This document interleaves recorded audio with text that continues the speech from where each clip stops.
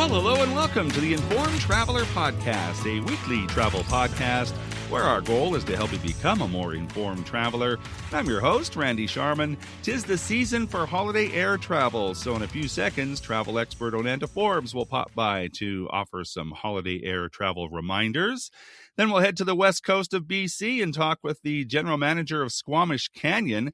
It's an area that allows you to explore the rainforest through a series of bridges and walkways and viewing decks. It's quite spectacular, so we'll learn more about that. And once a month, we like to check in with Patrick Soika from Rewards Canada to offer up the latest news and tips in the world of travel rewards. So Patrick will be joining us this week to do that. This month, we'll get some tips on using your rewards to book an all-inclusive vacation or a cruise. But first, let's kick things off chatting with travel expert Onanta Forbes, who joins us each week to discuss some of the travel news and travel trends. You can follow her adventures on Instagram, Facebook, and X at Onanta Forbes. OnantaForbes.com is her website. Hello, Onanta. Hi, Randy. How are you?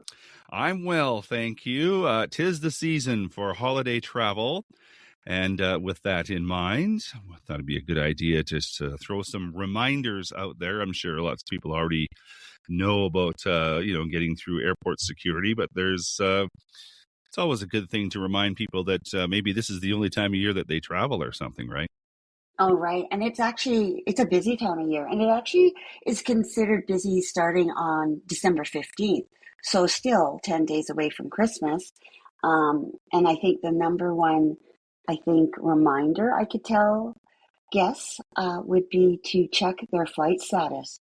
And check it frequently because your flight times can change right up until departure. Mm-hmm. As we talked about on my adventure to Puerto Vallarta, your flight aircraft can change as well. So that can change your seating and your class of service. So that's probably the biggest thing to keep in mind is when your flight leaves and sign up for the notifications. Mm-hmm. Well, I think that's a good reminder, too. To me, it boils down to two things. Things you can control and things you can't control. Now, you can't control the weather and whether your flight is on time and those types of things, but you can control how you prepare for this and those types of things, right? Right, absolutely. And so when you're packing and thinking about what to take, it's always good to know what's allowed in your carry-on and in your check bags before you travel. Number one would be the weight of your bags, the size dimensions, as also what is permitted, what is restricted, and what is prohibited. And there are websites that you can just Google and find out what you can bring. So you don't have to be a rocket scientist for it. Just Google, what can I bring? Exactly. Yeah. Well, yeah, there's the Canadian Air Transport Security Authority. They have a great website. It's catsa.gc.ca. You can just Google it. It's CATSA is the acronym for it. They break it down quite nicely of what to bring, what you can't bring, those types of things. And really, it can get quite detailed if you want, but that's probably the best place to start. That's it exactly. And then with regards to planning to get to the airport, if you're being dropped off, if you're parking, kind of factor that in as well. And also, for budget purposes, if you are parking, where the best place at the airport is to park. Or there's always Uber or transfer services that you can take cabs as well. Hopefully you have nice friends and family that will drop you off and pick you up. Exactly. Well, technology is great now because there are all kinds of apps. Like just about every airport has an app now. And if it's an international airport, you can, if you're flying internationally or domestically, it doesn't matter. You can check to see the airport security lines. One of the advantages of Calgary is that they have numerous different places where you can go through security, so you can check which one has the least waiting time to get you through security. Yeah, very good point. And I think you can even book a spot in line from that website as well. But you could also get expedited security, like enroll in TSA pre-check Mm-hmm. Or I always recommend having a Nexus card that expedites you and that can save you time. And also just to think about carrying what to carry in your carry-on, your meds, your chargers, snacks. Especially some airlines charge you like for meals on board.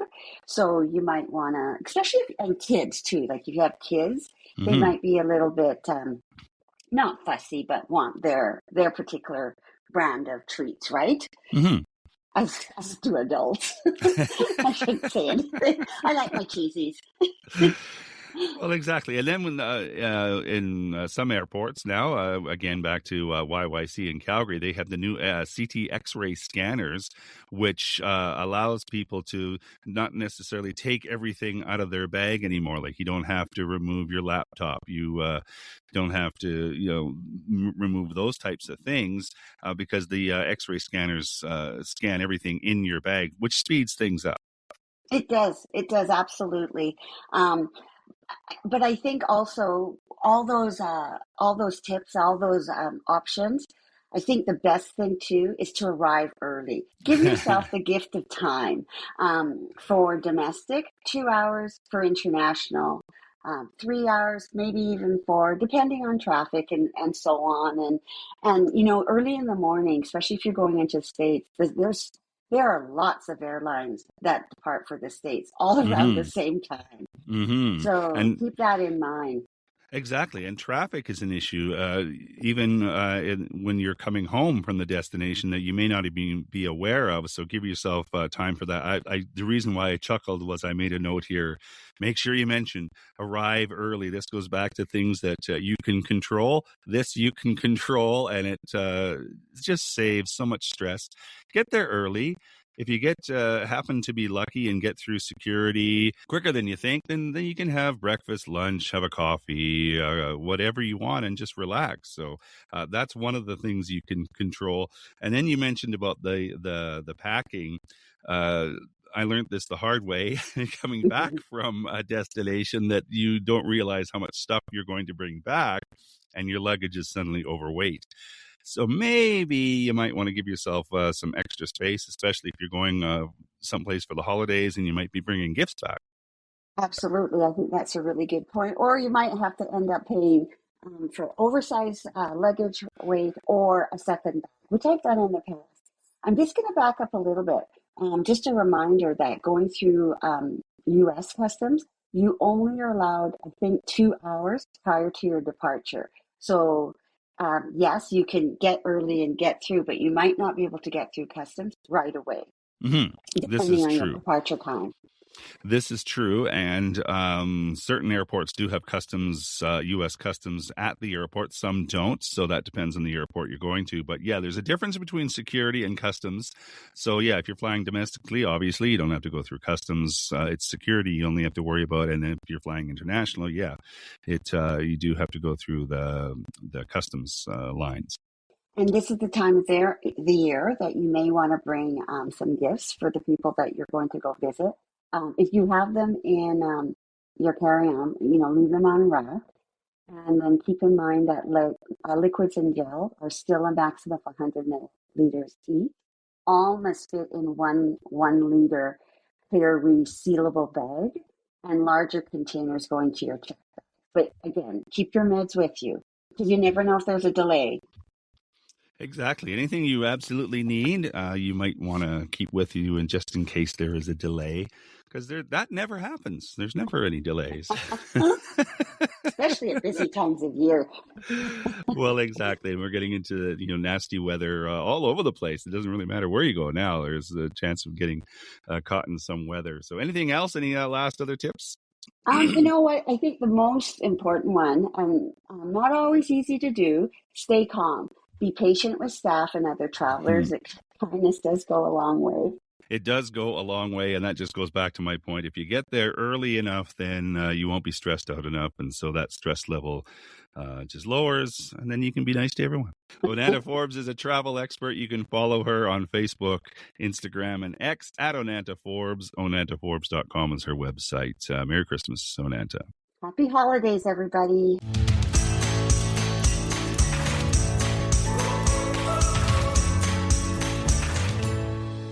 Well, let's head to the west coast of BC now and learn about Squamish Canyon, an area that allows you to explore the rainforest through a series of bridges and walkways and viewing decks. So joining me now to tell us more about it is Ken Bailey. He's the general manager of Squamish Canyon.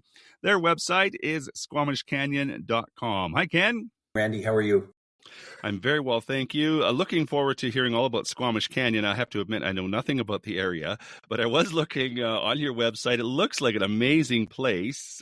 First, tell me about the area in general, and then walk me through how it came about. Yeah, for sure. I think that, Squamish in general is an area, certainly an area that's growing in popularity. As the Lower Mainland and Vancouver and surrounding areas grow in population, people tend to, and I think it's probably a bit of a hangover from the COVID years. People were looking for, activities that were outside. Lots of us were looking for, anybody that remembers that social distancing and getting back out into nature.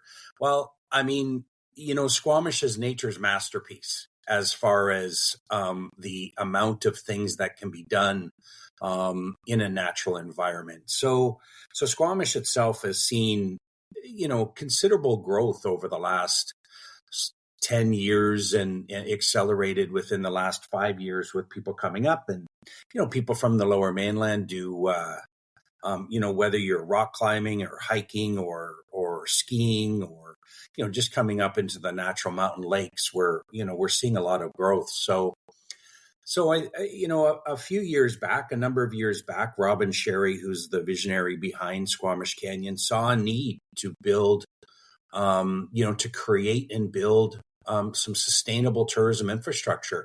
Because as locations, be it Squamish or anywhere else within the province or around the world, to be able to host the people that want to see your area, you need to be able to provide safe, sustainable, environmentally, sensitive infrastructure that allows people to venture and see. Otherwise, you start to get into the areas of overcrowding in specific areas, or perhaps people, traveling into areas that they shouldn't, or getting themselves, unsuspectedly into precarious situations, especially when you're talking about, the mountains and the rivers and the lakes and things of that nature.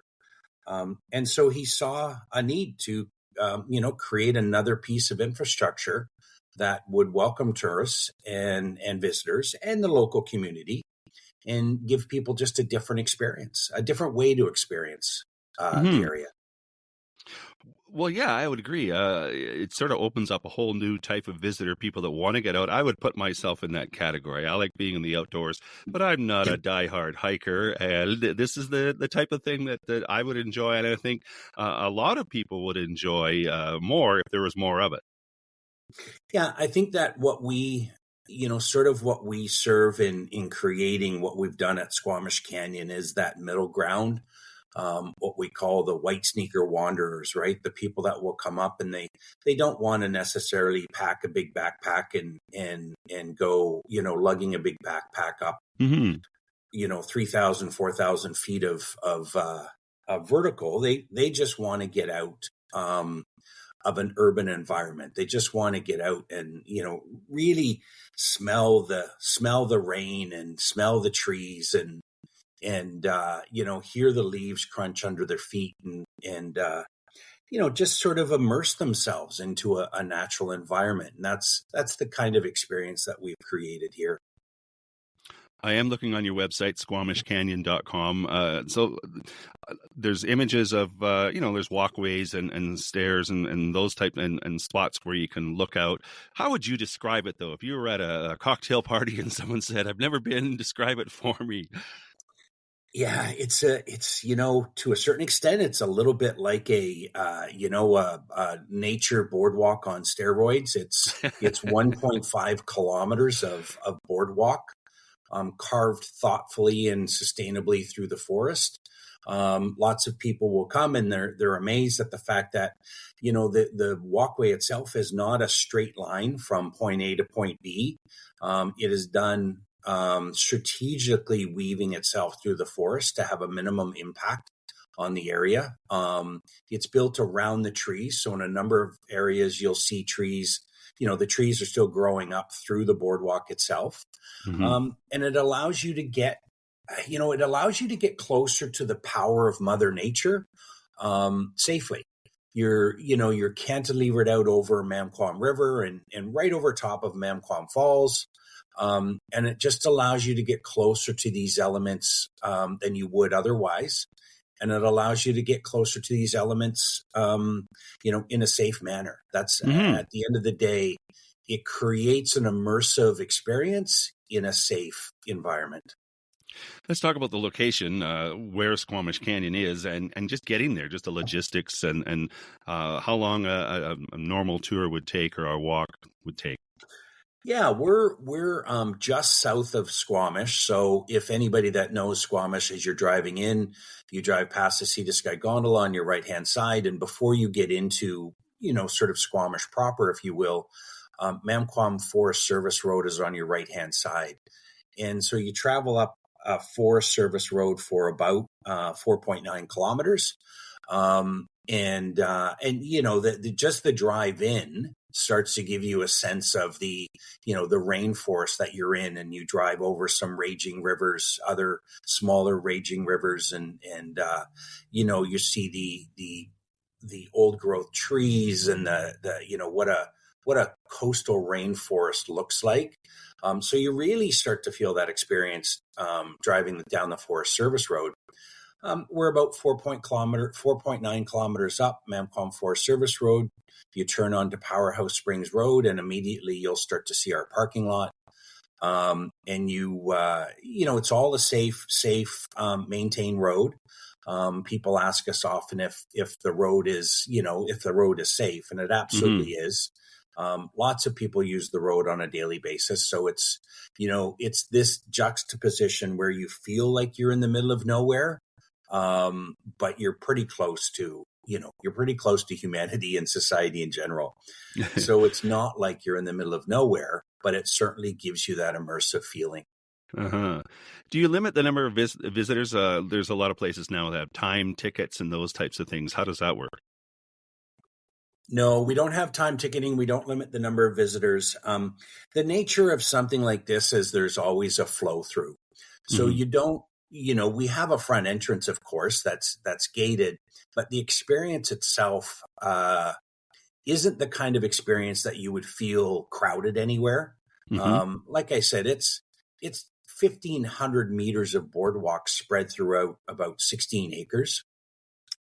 And so, we cover a wide area of the forest. So it's not like you're ever, crowded, or we have to control the flow of people at certain times of day, things like that. The nature of the experience is you flow through it, pretty unimpeded by others. Nice. So it's open year round, I'm assuming, yes. And Yes. I'll have to admit, I haven't been through a rainforest in winter. It must be quite an experience. What are some of the events you have coming up, and those types of things? Yeah, we are open. The only day we close at this point is Christmas Day, to give staff time to spend with their families. Mm-hmm. December's. I mean, we're pretty excited about December because, of course, it's our first December, and I get not everybody loves Christmas, but there are lots of people out there that really like Christmas, and so we've done it upright, as opposed to the following the normal path of Santa and Mrs. Claus and the North Pole. We really embraced.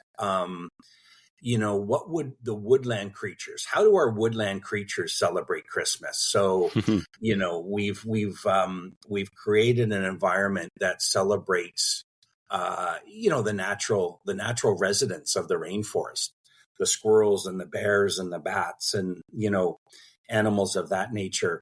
All of our activities around story time, gingerbread cookie decorating, holiday hunt. I mean, when little kids come, they can get an adventure pack at the front gate that allows them to look for different things along the boardwalk. We've got our forest lounge all lit up with Christmas lights and tree, Christmas tree and things like that. So we've certainly embraced it, but at the same time, respecting the area that we're in, and so we're really celebrating that woodland friends theme, as opposed to leaning on sort of the traditional Santa Claus and Mrs. Claus. Nice. And there's facilities on site. I'm thinking like a restaurant. If I want to have lunch or something like that, I can do that. Yeah, we have. So at the end, probably about 75% of the way through the experience, we have a forest lounge. That's a 3,000 square foot elevated deck in the forest with food and beverage and retail and souvenirs. It's licensed. We have a playground there for the kids to play on. We have plenty of toys, games like Connect Four and cornhole and things like that to entertain the family and entertain the kids. So you certainly can have, kids hot chocolate and adult style hot chocolate. We have beer and wine and warm sandwiches and things of that available while we're, during opening hours. Mm-hmm. And what's been the feedback like? Again, looking on your website, this is the kind of place that's meant for me. like I said before at the beginning, I like being in the outdoors, and this is the perfect setting. Yeah, I mean, feedback. The people that we've had visit us have been, the feedback's been quite good, and it's been.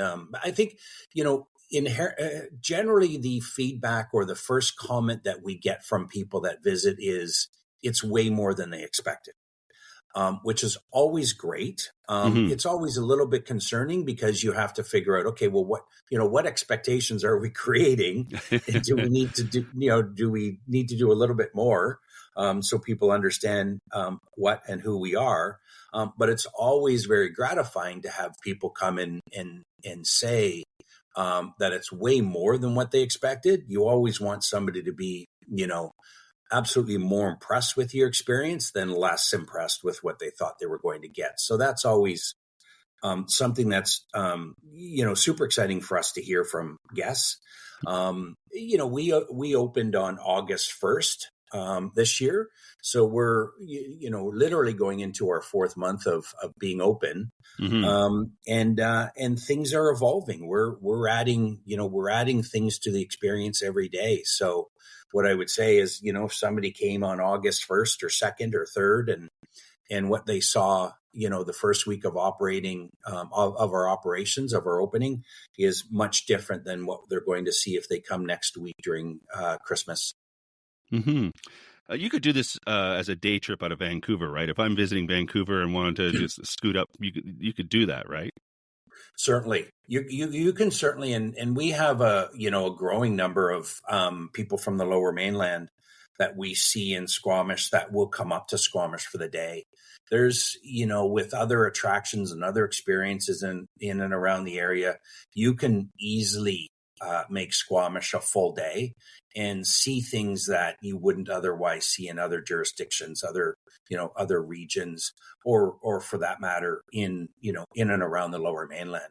So yeah, it's absolutely, I mean, we're, from North Vancouver, we're probably 40 minutes door to door.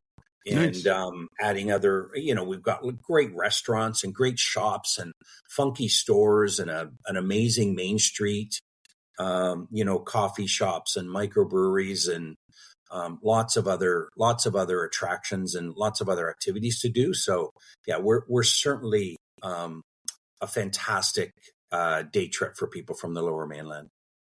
Well, it does look like a fantastic experience. People can find more information on your website, squamishcanyon.com. Ken Bailey is the general manager of Squamish Canyon. I do appreciate your time, Ken. Thank you so much. Yeah, no, thanks, Randy. I did want to mention one of the things through Christmas is, we also understand that people are a little bit stretched for, at Christmas, we all tend to spend a little bit more money than what we thought we were going to. And so we're happy to offer kids are free from December 13th to January Perfect. 4th, just to give a little bit of value. And the best thing to do is, if you're going to buy tickets, go to our website, and we have a pre-purchase online discount of 20%. Perfect. Even better. Thanks, Ken. Yeah. Thanks, Randy.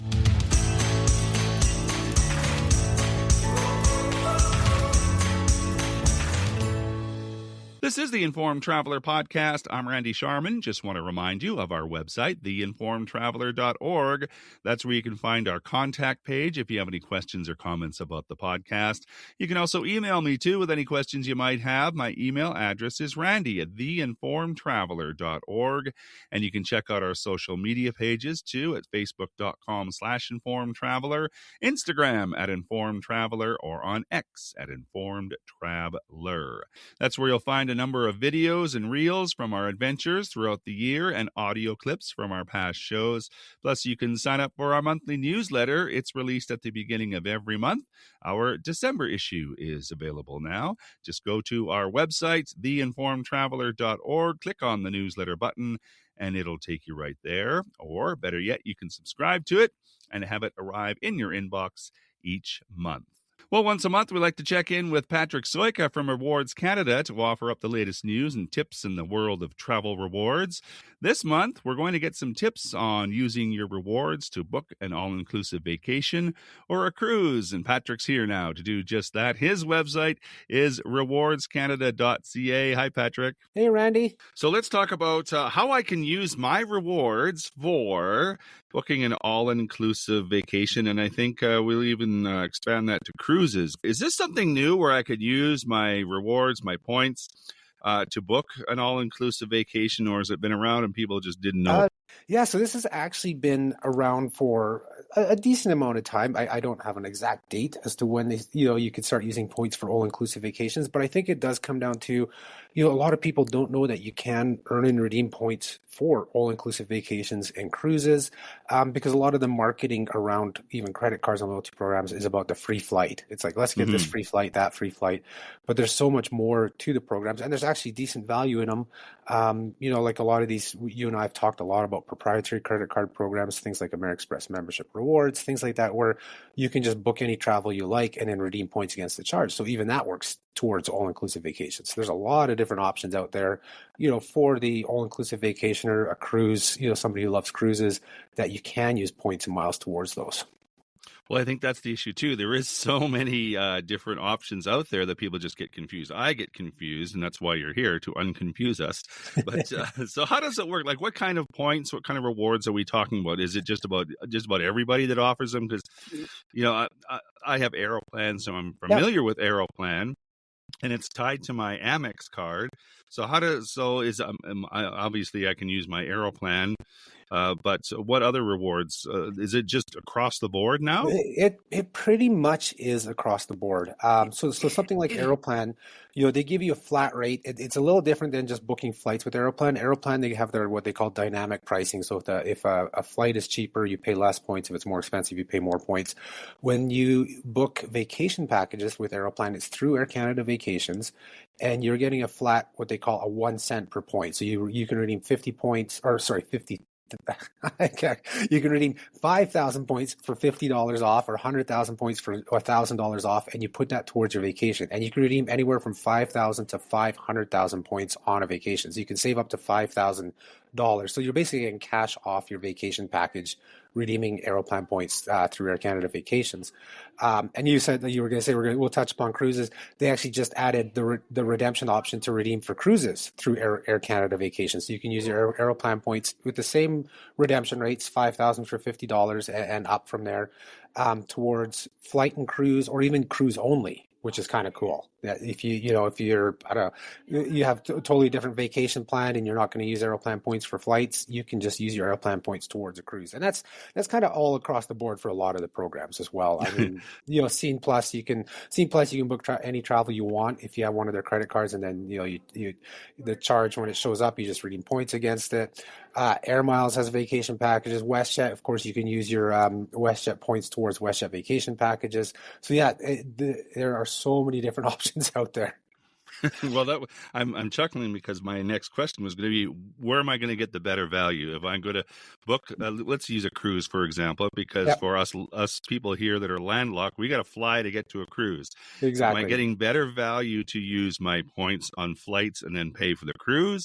Am I getting better value to use my points on the cruise and pay for a flight, or just a whole package altogether? I know that's a loaded question. That is a loaded question, because say using something like Aeroplan, like I said, because they have dynamic pricing, in most cases, and I'm saying most, not all cases, you probably will get a little better value for your points using them for the flights. But if you have enough points to do both, absolutely. And you may want to do like a separate flight, like booked through aircanada.com, and then using points for the cruise by itself through Air Canada Vacations. So these are all tricks you need to look at. But a lot of us you're getting there, because a lot of us don't have the time or to put the effort in to find all that. So that's where the beauty of a flight and cruise through Air Canada Vacations works too. You may lose a little bit of value of your per point, but like I tell everybody, unless you're a big time points and miles enthusiast and you are that value pusher, you're a person who always uses coupons, who's always, who is trying to maximize everything, that's something you'll be doing. But for a lot of Canadians, we're just happy being able to redeem points and get a vacation for free or get a vacation for half off, or a discount or something. Yeah, exactly. So do what's best for you, whatever makes you happy. And that's what I tell people. The best redemption out there is the one that makes you happy. It doesn't matter. It doesn't matter the value. It doesn't matter if it is a Holiday Inn in Lethbridge or flying business class on Qatar Airways. Whatever makes you the happiest, then that is the best redemption out there. And that's what I tell people. It's like, we can try and chase value, and we talk about it a lot on our website about, you're getting this amount of cents per point or cents per mile. But you know what? It comes down to, what's best for you, whether it's redeeming Aeroplan points for a flight, a vacation, or even I've had people come back to me. They were so happy when they redeemed their Aeroplan points for an iPad. So, it's whatever works for you. Or a Starbucks gift card. Exactly.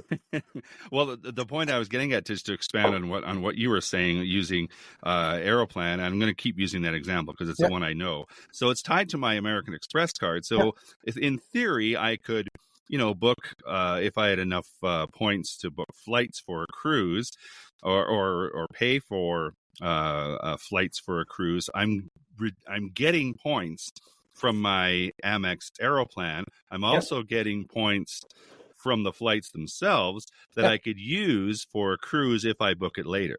If you book it later, The flight's probably not, because if those flights are being used for that cruise, those don't post right until you're actually traveling. But yes, but the payment though, right? Exactly, the payment, absolutely, 100%. If you're booking your flights 8 months ahead and you're going to book your cruise 6 months ahead, yeah, absolutely. You can use those points that way. Same thing goes with the other, like the flexible cards. So we'll go with American Express again, but their membership rewards cards. So the non-Aeroplan ones, but their membership rewards. Those ones, same thing. You can book ahead of time, and then the flexibility with that and a program like Scene Plus membership rewards is you can actually pay cash for. Well, I'm saying pay cash, but use your credit card for your cruise, for your flights, and they actually give you up to 12 months after that purchase posts to redeem the points towards it. Oh, so really? Even when you're done your flight, done your vacation, if you still want to fund that vacation after the fact, you can. Nice. with your shopping. So they give you those options. And the other good thing with American Express membership rewards is you can convert those points to Aeroplan too. So there's just a lot of flexibility there as well. So there's just so many different options that you can use towards cruises and all inclusives, and earning too, right? Like a lot of the you and I were just discussing how a lot of the hotel chains, the major hotel chains, have bought up or partnered with all inclusive resorts. IHG has Iberostar, World of Hyatt has added a bunch. I think they have Secrets and Dreams are part of Yeah. World of Hyatt program now. Yeah. Marriott has their all-inclusive collection. So you can be earning your Marriott points, your World of Hyatt points, and vice versa. You can redeem. So this goes back to how you and I were talking about using your Aeroplan points for a flight and then booking your cruise separately. Same thing here. You can use your Aeroplan points for a flight to one of those destinations, and then use your Marriott points for an all-inclusive Westin, or use your Hyatt points for a Dreams. So there's so many different combinations you can use. And I think and again, going back to what you and I were saying before, it's just about the knowledge of knowing that you can use loyalty points for more than just flights. Mm-hmm. Well, and also, what about the whole booking process itself? Again, I'm going to use American Express because this is the one I know.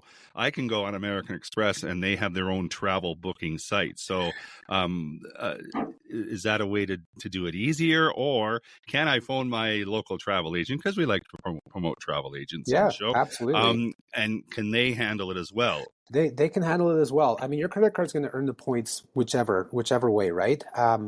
And that's the beauty of the flexible programs like Membership Rewards, Scene Plus, BMO Rewards, TD Rewards. They give you those options that you can go to your travel agent, you book it, and that travel agent, once the booking shows up on your credit card, you just redeem points towards the charge. Aeroplan, not so much, because it's tied into Air Canada Vacations only. But at least you can earn your Aeroplan points. And that's the other, the whole thing about earning too on a lot of all-inclusives. Aeroplan a few years ago launched bonus points offers just for booking certain packages, 7 nights here, and it's not just all-inclusives. It's like if you're flying to California, they have packages. Europe, if you give a tour, they have these bonus points offers. So you can earn even more points, booking like all-inclusive vacations and cruises. Well, it just makes me want to book a cruise or an all-inclusive vacation now, or at least check how many points I have and what kind of a discount I can get. Yeah. Anything else? Oh man, I mean, we could go so deep if we wanted to with this, but yeah, I think it's best that people know that you have that option. With the flexible credit card programs, the value is pretty much equal across the board what you use them for. So you can use them for the vacation packages, you can use them for, flights, cruises, you name it. We talked about Aeroplan. You might be able to get better value out of flights because you're only getting 1 cent per point for the vacation packages. But again, that's still a decent value. WestJet's pretty much a flat rate program. There's even the smaller programs that we don't talk about too much. Like there's More Rewards, which is the grocery program for Save On Foods and out west here for their grocery stores. They have More Rewards Travel, and you can redeem the points for vacation packages through there as well. It's powered by Expedia, so you're going to get all the same packages that Expedia has, but you can use your More Rewards points for that from buying your groceries. And the one that's really interesting is Petrol Points. They have a partnership with iTravel 2000. So you can redeem your points booking packages through iTravel 2000. You're right. There's so many points out there. Yeah. Half the time I don't even know what kind of points I have, but I do keep track of my Aeroplan. So. Yeah, I mean, that's, when it comes to travel, it's Aeroplan, it's WestJet, it's your Marriott, Bonvoy, there's, probably I'd say for Canadians, there's, 8 to 12 programs that are really the key ones for travel. Some of them are credit cards, some of them are airline. And then you have, we don't talk a lot anymore about air miles. We probably should be, because they're on such a big comeback after, being basically bankrupt two years ago. Bank of Montreal's pumped a lot of money into them and is still pumping lots of money into them. So it's a decent travel program as well, especially now that come this January, they're finally, because they have that split miles, they have cash miles, dream miles. Those are all going to be combined into one. So people don't have to worry about having, whether they have enough miles to redeem for $10 off at Shell or having enough miles for a travel vacation package. You don't have to worry about that anymore come January. Thankfully. Yes. It is the ultimate guide to credit card and loyalty programs for the all-inclusive vacationer and cruises as well. Yes. You can find it, all the info on the Rewards Canada website, rewardscanada.ca. Lots of information on there. And the founder of Rewards Canada is Patrick Soika. Thank you so much for joining us again, Patrick. I appreciate your time. Thanks again, Randy.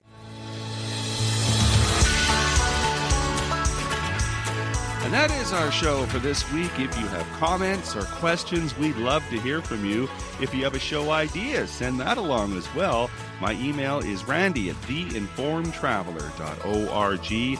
And if you like what you heard, tell a friend.